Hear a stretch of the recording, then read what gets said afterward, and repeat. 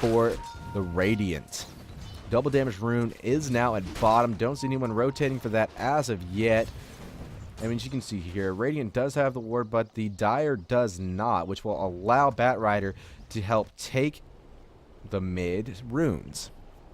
And, sorry about talking a little slow. I'm trying to also think at the same time here on why my camera is not working how it should.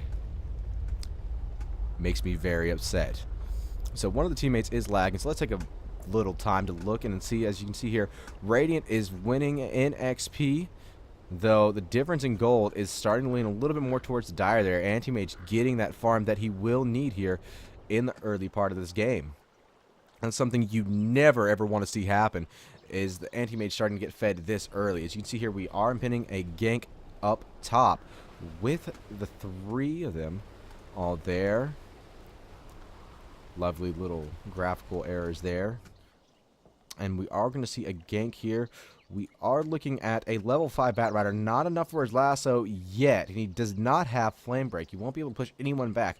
But he will be able to get off some sticky napalm, which will end up slowing possibly this Vengeful, since it does seem that Lesh is going to be playing it a little bit safe here close to the tower. Lesh is back, so he might end up moving here. I would expect to see right through here, the Batrider is going to come, dropping down some napalms and using Firefly to gain some advantage in there. We're also going to have possibly both Phantom Lancer and Lich come straight up the side, though it would be recommended that one goes around, possibly Lich needs to go around the bushes there to help get off his Q in time. And I keep hitting keys to try to get this camera to behave like it should. Found the tape. It's okay, guys. We got this. As you can see here, we do have Queen of Pain with a bottled regen. You might spell out a little bit of trouble here for both Tidehunter and Rubik. Remember, she's only a level 4, though, versus level 5 Batrider. Both of them sacrificing that farm at mid to get to level 6 quickly. Batrider could stay instead of going for this rune, and could actually go ahead and take that on home. But from what I can see, that is not going to happen right now. He will end up getting level 6 if he does get the successful gank off here at the bottom lane. Waiting for them to unpause. Any day. Any day now. Taking a look at the XP per minute chart, though, we will go ahead and give this in favor to the Radiant side. Here's how you can tell that their experience is actually making the difference. Batrider at mid in the lead, far beyond Better 22 on the Queen of Pain there. Very surprising. And usually I've seen Batrider fall down a little bit lower than that, but he's been doing some great farming here while we have 4 minutes into the game. Looking at a close second place, we do have Phantom Lancer, who is out farming Anti-Mage in experience. Let's take a look over here while we change that to the gold. See, on the opposite side of the scale, we do have Anti-Mage in the lead with the gold, 236 versus the 195 from Phantom Lancer. And that will get him ever so close to that Battle Fury. And I would love to tell you a story, but we just don't have the time. Here comes the gank, perhaps. And actually, we have Batrider just going back to the mid to get level 6. That's all right, though. He will end up activating the double damage rune early. Looks like a little bit of harass coming over here from the Phantom Lancer to the Leshrac. And the stun from Vengeful Spirit onto that illusion.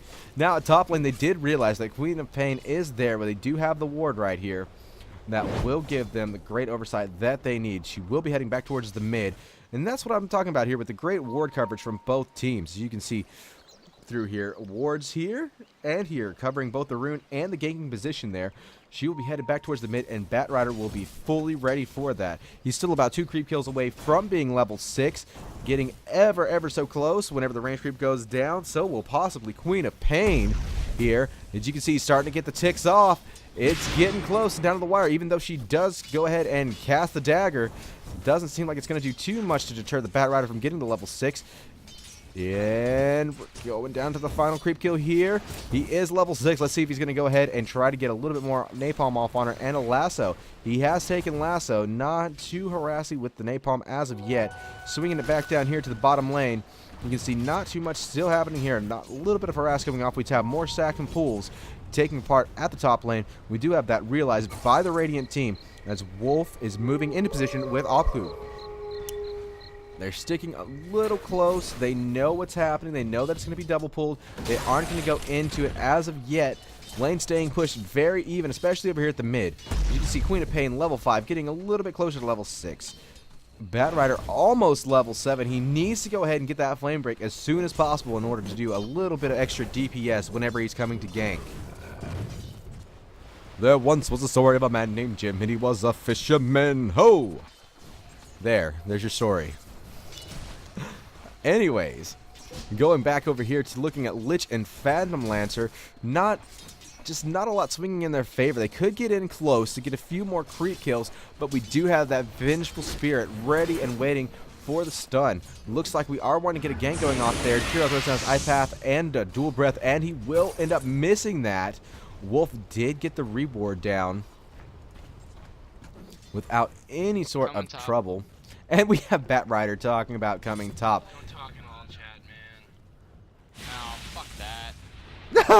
The enemy team can hear him yet again. Yeah, can we just disable all chat? I have a tendency to just do that. And I would love for this to be disabled. Just don't click comma. Refrain from commenting. Right, it's not that hard to just not press the button. Let me put a little cap over my Just take it off the keyboard. I'm just gonna rip my I have no idea why you're not mod. Here, I put a guitar pick on it. Alright, let's go. A guitar pick. Nice, dude. Okay, whatever. Alright, Bat Rider was coming for a gank top. Unfortunately, we somehow have all chat enabled, so whoever's talking, everyone can hear them. The gank will end up failing miserably. Yes. Not something you ever want to see happen. But we should have those options fixed here shortly. At least I hope. Alright, as you can see here, we are having the lanes being pushed up a little bit. A great stun over there from Leshrac. Vengeful Spirit goes for the secondary stun. Here she comes with the Spirit. The Spirit will end up hitting. Phantom Lancer does have to doppel walk out of there. Does not end up going down, but he will get extraordinarily low. Swinging back over here to the top lane, we don't have any sort of retaliation here from the Rubik and the Tidehunter. They are going to let them keep pushing, and looky, I playing hooky. We have Bat Rider here, level 7, ready to get some napalm off there and possibly a pull. We do have Phantom Lancer healed up, and let's see if something is going to happen. We do have both enemies moving here back towards the tower with the lane pushing up very slowly. We do have Queen of Pain coming up here for top. Here comes Queen of Pain. She gets off the dagger. She gets off the scream. Here comes Anti-Mage, but he is lifted by Rubik. Pushed out of the way. Stuns Queen of Pain. They will end up escaping very, very easily. Nothing happening over here at bottom. Going back up to top. Very nice try on the gank, but ultimately failed for Nobo. Looks like, oh, here comes Bat Rider with an invisibility rune. Oh, he's coming through. He's going to make it. Go very slow, very steady. It's going to win the race here, though. Taking a look at Bat Rider. He's coming through. He's swinging around. He does see the blood. He wants to go for it. Looks like Lich is caught a little bit out. They should already be moving around to the side here and going around to the river to possibly do a cutoff. But it looks like, oh no, we do have Leshrac moving in by himself. Leshrac gets the lasso. He is getting pulled back. Phantom Lancer coming up. Here comes the stacks from the napalm. Here comes the Q. And here comes the flames. And Nobo Das is out of there. Great gank at the bottom lane. Still nothing changing up at top. We do have Queen of Pain going back to start pushing the mid. No damage onto the tower as of yet. Just a very minute amount actually in total. But still, great early ganks here. 9 minutes, 23 seconds in. At the goal per minute, as you can see, even with a kill, it's not changed. Pretty much on the way now, so. Much. Not all chat. Well. There we go with the all chat yet again. Yet again, more all chat coming out there from both teams. I'm scurry. Don't touch me. Don't worry, I don't even know if anyone can hear me broadcasting, because if I press down the button, everyone's gonna hear me talk. Yeah. Yeah, worst broadcast ever. Broadcasting work? Is it like Could you use like Ventrilo and talk in like your own little channel? Well, currently I'm just I'm talking and I'm streaming to Twitch, but on the broadcaster slot, usually they have the microphone held down like this. They're talking, everyone in spectator chat can hear them if they tune into it, etc., etc. But apparently we didn't have the game set up correctly, so sorry about that.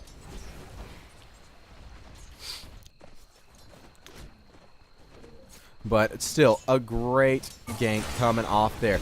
We do have another Anchor Smash coming out from the Tide, driving back the Anti-Mage and the Jakiro. Taking a look down here at the bottom lane, we have Leshrac playing a little bit more defensive ever since the first gank. And a ward coming up by the Vengeful, both wards up by both teams. So they do have the same sort of vision. Hopefully the Lich did recognize that that was happening at the time, or it will be very detrimental whenever Batrider comes down to gank. Though, looking up here at the top, we do have both Batrider and Queen of Pain here. 3v3 action getting ready to come on down in your face. Looks like there is no ward from the enemy, though the Radiant does have wards on both sides, blocking the pulls and checking the ganks. And look at this. Here comes Batrider flaming on. Firefly is counting down. It doesn't have much left. Queen of Pain will end up blinking back towards the mid to get a little farm off there.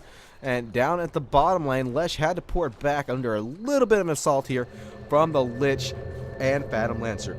He is porting back into the tower. We have Lesh, I mean not Lesh, we have Rubik with no mana, trying to get off a little auto attack there on the Anti-Mage. Very successful with it, and here comes Queen of Pain walking to bottom.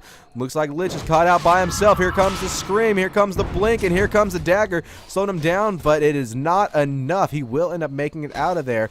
No ult from Queen of Pain to end up finishing him off. But fortunately, he still gets to see the light of day. Checking here back at the mid. The gold rate per minute is still sitting there with Anti-Mage and the lead, even though all of this lovely action is happening down here at the bottom lane. They are not going to push it to the tower yet. We do actually have Quap going back, and she will end up bottling an invisibility rune, which she can use to either gank mid or gank bottom. She does have it bottled.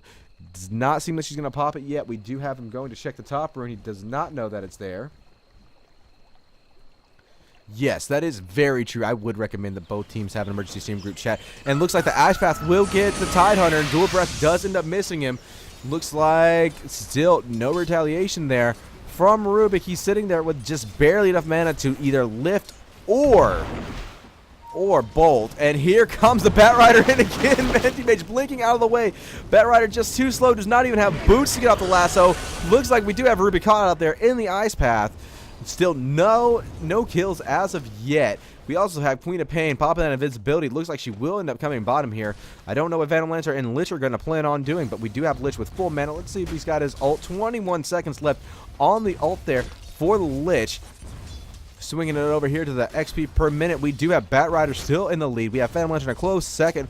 Then Queen of Pain and Anti-Mage still lagging behind on the experience. And that's whenever you ask yourself, what is going to be more important here, the gold or the experience? Well, in this case, whenever you have the Anti-Mage getting fed, the gold is what matters at the end of the day. As you can see, he does have the Ring of Health that he had just purchased, getting that out of the way, allowing him to get even closer to his Battle Fury. And we have Phantom Lancer going in. He drops the Q. Here comes Queen of Pain. Here comes the Dagger. Here comes the Lich ult. Unfortunately, even though it's going downtown, not enough to bounce around. And we do have the carry on the Radiant side going down.